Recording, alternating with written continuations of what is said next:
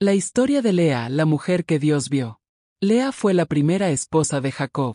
Era hija de Labán y hermana mayor de Raquel, quien también se casó con Jacob más adelante.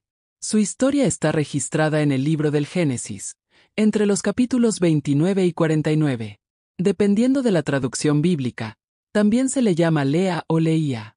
Su nombre proviene del hebreo y probablemente significa vaca salvaje o cansada. La Biblia no dice nada sobre la madre de Lea, ni da detalles de su infancia o juventud. La primera vez que aparece en las Escrituras es cuando Jacob llega a casa de Labán, en Harán. Sobre su apariencia, el texto bíblico dice únicamente que Lea tenía ojos tiernos, una expresión que puede significar ojos delicados, suaves, tal vez tristes. En cambio, su hermana Raquel es descrita como una mujer de hermoso semblante y de figura agraciada. Desde el principio, la Biblia establece un contraste entre ambas hermanas, una, de belleza llamativa, la otra, de mirada serena, pero sin el mismo resplandor exterior. Cuando Jacob huyó de la ira de su hermano Esaú, después de engañar a su padre Isaac y recibir la bendición de la primogenitura, llegó a Harán, a la casa de su tío Labán. Allí, por providencia divina, comenzaría una de las historias más complejas y conmovedoras de toda la Biblia. Al llegar, Jacob conoció a Raquel junto al pozo. Ella era pastora y cuidaba las ovejas de su padre. Al verla, Jacob se enamoró profundamente. La Escritura muestra que fue un amor inmediato, tan intenso que Jacob, siendo un forastero sin nada, se ofreció a trabajar 7 años por ella. Labán, al notar el amor de Jacob, aceptó el acuerdo. Al final de esos 7 años, Raquel sería su esposa. Durante ese tiempo, Jacob trabajó con dedicación y alegría, pues su amor por Raquel hacía que los días le parecieran pocos. Pero al cumplirse los 7 años, el destino tomó un rumbo inesperado. Labán, hombre astuto y ambicioso, decidió engañar a Jacob. En la noche del banquete nupcial, después de la celebración, Labán entregó a su hija mayor, Lea, en lugar de Raquel. Cubierta con el velo y en medio de la oscuridad, Jacob no notó el engaño. Solo al amanecer descubrió que había dormido con Lea. Imagina el impacto de Jacob al darse cuenta. Había trabajado 7 años por Raquel, la mujer que amaba, y ahora estaba casado con su hermana. Furioso, fue a reclamar a Labán, quien respondió fríamente: «En nuestro país no se da la hija menor antes que la mayor». Entonces le propuso que, si trabajaba otros 7 años, también le daría a Raquel por esposa. La ironía divina es evidente. El hombre que había engañado a su hermano para obtener la bendición del primogénito ahora era engañado por causa de la primogenitura. Jacob, el engañador, fue engañado. Y Lea, sin buscarlo, se convirtió en parte de esa historia de justicia divina y destino. Jacob aceptó el acuerdo. Se casó también con Raquel después de una semana y continuó trabajando otros 7 años. Desde el inicio, la relación entre las dos hermanas fue tensa. Jacob amaba a Raquel, y Lea lo sabía. Ella nunca fue la esposa preferida, y la Biblia deja claro que Jacob amaba más a Raquel que a Lea. Pero justo en ese punto, Dios interviene. La Escritura dice: «Viendo el Señor que Lea era menospreciada, abrió su matriz, pero Raquel era estéril». Génesis 29:31. Este versículo revela una de las verdades más profundas de la Biblia. Dios ve a los olvidados. Él conoce el corazón herido, la mirada triste, el silencio de quien sufre por un amor no correspondido. Lea era despreciada por su marido, pero amada por Dios. Entonces el Señor la bendijo con hijos. Lea dio a luz a su primer hijo y lo llamó Rubén, diciendo: «El Señor ha visto mi aflicción, ahora mi marido me amará». Pero el amor de Jacob no llegó. Luego nació Simeón, y Lea dijo: «El Señor oyó que yo era menospreciada y me ha dado también este hijo». Aún así, el corazón de Jacob seguía distante.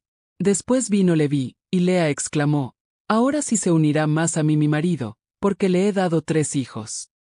Pero ni siquiera 3 hijos lograron conquistar su afecto. Cuando nació el cuarto, Lea lo llamó Judá y dijo: «Esta vez alabaré al Señor». En ese momento, algo cambió. Después de tanto dolor, Lea dejó de buscar el amor de un hombre y comenzó a alabar a Dios. De sus labios heridos nació el nombre que se convertiría en sinónimo de alabanza: Judá, que significa alabanza. De la tribu de Judá nacería el rey David, y siglos más tarde, el propio Mesías, Jesucristo. Lea, la despreciada, fue escogida por Dios para ser la raíz de la salvación. Con el paso de los años, la rivalidad entre Lea y Raquel se intensificó. Raquel, estéril, envidiaba a su hermana, mientras Lea buscaba la atención de su marido a través de sus hijos. La competencia se volvió tan fuerte que ambas ofrecieron a sus siervas a Jacob. Raquel le dio a su sierva Bilha, y Lea a su sierva Silpa. De Bilha nacieron Dan y Neftalí, de Silpa, Gad y Aser. La vida familiar de Jacob se volvió turbulenta, marcada por celos, comparaciones y discusiones. Sin embargo, incluso en medio de ese caos, Dios seguía cumpliendo su propósito. Lea volvió a concebir y dio a luz 2 hijos más, Isacar y Zabulón. También tuvo una hija llamada Dina. En total, Lea fue madre de 6 hijos y una hija biológica, además de criar a los hijos de su sierva. Es impresionante notar que, de los 12 hijos de Jacob, los patriarcas de las 12 tribus de Israel, la mayoría provinieron de Lea, la esposa menos amada. Entre sus hijos estaban Leví, de cuya descendencia vendrían Moisés, Aarón y toda la línea sacerdotal de Israel, y Judá, antepasado del rey David y de Jesús el Cristo. El plan de Dios se muestra perfecto. La esposa rechazada se convierte en el fundamento espiritual y genealógico del pueblo escogido. La Biblia no registra muchas palabras de Lea, pero las que dice reflejan una fe profunda y una relación sincera con Dios. Vivió entre la tristeza de no ser amada y la esperanza en el Señor. Cada hijo que tuvo fue una oración hecha carne, un testimonio de que Dios escucha a los que claman. Raquel, por su parte, vivió años de angustia hasta que finalmente dio a luz a José, el hijo tan esperado. Después tuvo otro, Benjamín, pero murió al darlo a luz, y fue sepultada en el camino a Efrata, que es Belén.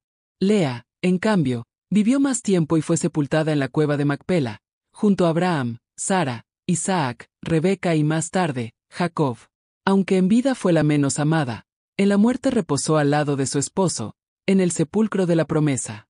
En Génesis 49:31, cuando Jacob está por morir, dice a sus hijos, allí sepulté a Lea. Esa simple frase revela mucho. Muestra que, al final, Jacob reconoció su lugar. Quizás no la amó como a Raquel, pero Lea fue la compañera fiel, la madre de sus hijos, la mujer que permaneció. Siglos después, en el libro de Ruth, tanto Raquel como Lea son recordadas juntas como las grandes matriarcas de Israel. Cuando Booz se casa con Ruth, el pueblo bendice diciendo, el Señor haga a la mujer que entra en tu casa como a Raquel y como a Lea, que ambas edificaron la casa de Israel. Ruth 4:11. Así, la memoria de Lea fue honrada ante Dios y ante la historia. Lea nos enseña que el valor verdadero no está en la belleza exterior, ni en el amor humano, ni en la aprobación de los demás. El verdadero valor está en la mirada de Dios, el mismo Dios que vio a Lea en su soledad, que escuchó su llanto y que convirtió su dolor en bendición eterna. Ella comenzó su historia buscando el amor de un hombre, pero la terminó siendo parte del plan de salvación divina. Lea fue la mujer que Dios vio.